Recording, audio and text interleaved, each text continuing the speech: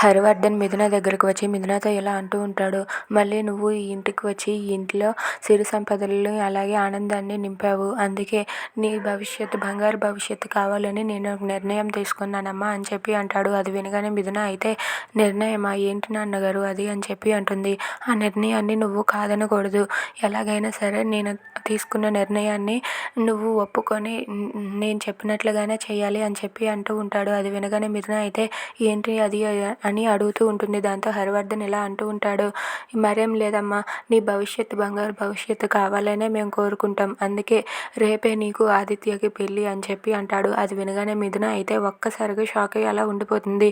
ఏంటి ఏమన్నారు అంటే, అవునమ్మా, ఆదిత్యతో కలిసి నువ్వు రేపే పెళ్లి చేసుకోవాలమ్మా, ఆదిత్య నీకోసమే అక్కడ ఎదురు చూస్తూ ఉన్నాడని చెప్పి అంటూ ఉంటాడు. అది విని మిథున షాక్ అయ్యి అలా చూస్తూ ఉండిపోతుంది. ఇక హరివర్ధన్ ఆ మాట అనేసరికి మిథున అయితే ఏం చేయాలో తెలియక కంగారు పడుతూ ఉంటుంది. ఇంతలో దేవ అయితే మిథునకైతే ఫోన్ చేస్తాడు. ఇక మిథునకు ఫోన్ చేస్తూ రింగ్ అవుతూ ఉంటుంది. రింగ్ అవుతూ ఉండగా అక్కడ ఉన్న మిథున ఫోన్ రింగ్ అవ్వటంతో వాళ్ళ ఇంట్లో వాళ్ళందరూ మిథున అయితే ఎవరా అని చెప్పి చూసేసరికి మిస్టర్ భర్త గారు అని ఉంటుంది.